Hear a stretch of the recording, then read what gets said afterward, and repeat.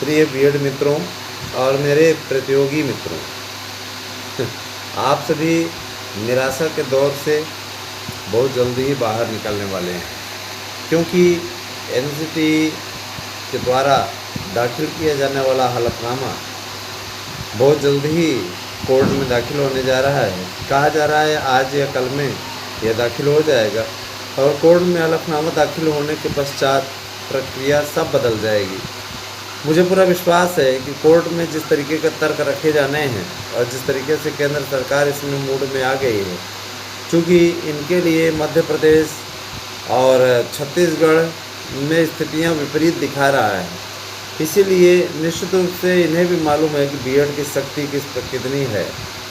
हालांकि बीएड वाले उन लोगों के साथ में जाकर के खड़े हुए हैं जिन्होंने राजस्थान से उनको बाहर कराने का सबसे पहले प्रयास किया।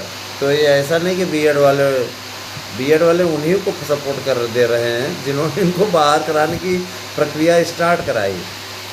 मेरे विचार से सोच समझ के वोटिंग करें, क्योंकि आप अच्छी तरीके से जानते हैं। देखिए, रोज़गार पे तो फोकस करना पड़ेगा, बिना रोज़गार पे फोकस किए कोई भी गवर्नमेंट नहीं बन सकती। रोज़गार एक ऐसा मुद्दा है कि अगर आप उसको इग्नोर करेंगे तो युवा आपको इग्नोर कर देगा, इसमें कोई नहीं।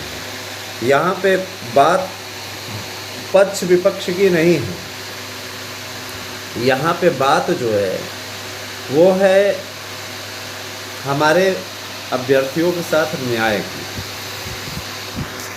माना कि उत्तर प्रदेश सरकार ने बहुत ज़्यादा ठेले, चौंके, धकेले, जो भी कह लीजिए, हम सबके उद्देश्य की पूर्ति की और बीएड को सम्मिलित करने से लेकर के टीजीटी पीजीटी की सीटें बढ़ाने तक, एलटी का विज्ञापन देने तक पर सहमति जताई। कि हम लोग ये चाहते हैं कि ये जो नौटंकी चल रही है इतने दिनों से, आज शामिल, कल शामिल, अब ये शामिल, ये कोर्ट से रिपोर्ट आई, इसका पटाक्षेप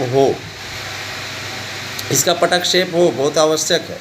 और रही बात ये कि देखिए, जैसे कुछ लोग कहते हैं कि क्या सर बीएड वाले मामले पे सरकार आगे कुछ बढ़ेगी, तो मैं ज़रूर कहना चाहता हूँ कि क्यों नहीं बढ़ेगी, उसे बढ़ना पड़ेगा। क्योंकि 5 साल तक अगर कोई एलिजिबल है तो वो एकाएक अनएलिजिबल नहीं हो जाता, अयोग्य नहीं हो जाता। निश्चित रूप से उसके अंदर योग्यता थी तभी आपने शामिल किया, और जब 5 साल वो योग्य था तो अभी अयोग्य कैसे हो गया। निश्चित रूप से ये अपने आप में एक तथ्य है और इस तथ्य पे गंभीरतापूर्वक कार्य केंद्र सरकार कर रही है। रही बात एक, देखिए, वोट बैंक की राजनीति तो वो सब करते हैं दोस्तों, है ना, वो सब करते हैं। आज लोकतंत्र मजबूत है भारत का, तो आज विश्व में भारत का नाम हो रहा है अपने आप में, ये बहुत महत्वपूर्ण है। लेकिन केवल भारत के नाम हो जाने से तो कुछ नहीं होता ना। यहाँ पे लोगों को रोज़गार भी चाहिए, रोज़गार पे सरकारों को फोकस करना चाहिए, चाहे मोदी सरकार हो, चाहे योगी सरकार हो, चाहे किसी और की सरकार हो। अगर बिहार में वहाँ की सरकार 1,10,10,000, 1,20,20,000 वैकेंसी निकाल रही है, उतने लोगों को टीचरों की नियुक्ति दे रही है, उत्तर प्रदेश के भी कई भाई बहनों का भला हुआ है, तो मेरे विचार से यहाँ पे इतने पद खाली थे, 90 दिन में आपने भरने के लिए प्रोसेस शुरू करने का वादा किया था, अब वो आपका वादा कहाँ गया। सिर्फ कानून व्यवस्था और रोज़गार को, केवल कानून व्यवस्था को आप मुद्दा बना करके या फ्री राशन बांट करके तो आप नहीं सत्ता में आ सकते हो ना। जाहिर सी बात है कि इसके लिए आप लोगों को कुछ अच्छा करना पड़ेगा। लेकिन रोज़गार पे फोकस करना पड़ेगा भैया, रोज़गार दो ताकि बेरोज़गारी दूर हो। आम अभ्यर्थी आपका चेहरा देख करके आपको वोट नहीं देता है, उसके लिए निश्चित रूप से परिवार चलाना है। और रही बात स्वरोज़गार की, तो स्वरोज़गार से कुछ नहीं होता है, नौकरी होती है, उसका एक अलग ही महत्व होता है।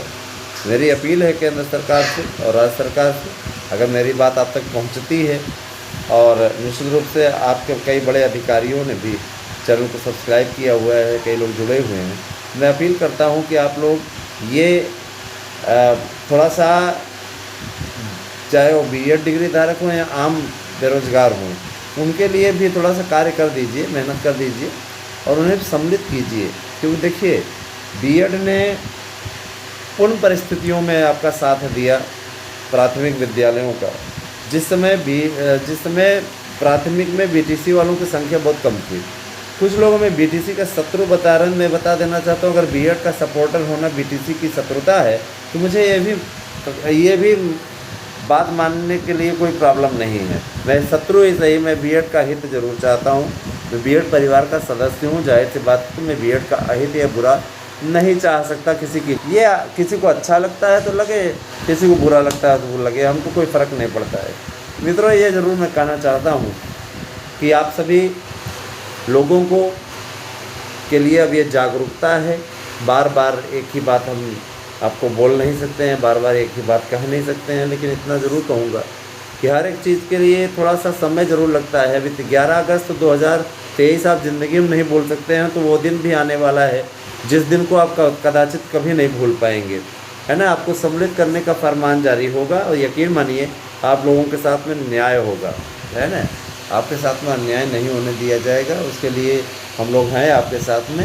लेकिन आप लोगों का भी जिम्मेदारी है कि चैनल को आप अपना ज़्यादा से ज़्यादा आशीर्वाद दें, जिससे कि यूट्यूब चैनल ASM न्यूज़ और मार्गदर्शन अकादमी ज़बरदस्त तरीके से आगे बढ़ें। ये आपकी जिम्मेदारी है दोस्तों। आपका अपना बीएड परिवार है, ये बीएड परिवार को समर्पित चैनल है। जाहिर सी बात है कि बीएड परिवार को चाहिए कि इस पर ज़्यादा से ज़्यादा सपोर्ट दें। मैं जानता हूँ कि मेरे बीएड डिग्री धारकों की संख्या इतनी पर्याप्त है कि अगर वो साथ में जुड़ जाएं तो हमें किसी और से करने की आवश्यकता ही नहीं है। तो आप सभी लोग जुड़िए ज़्यादा से ज़्यादा संख्या में, आप सभी से मेरा यही विशेष अनुरोध है।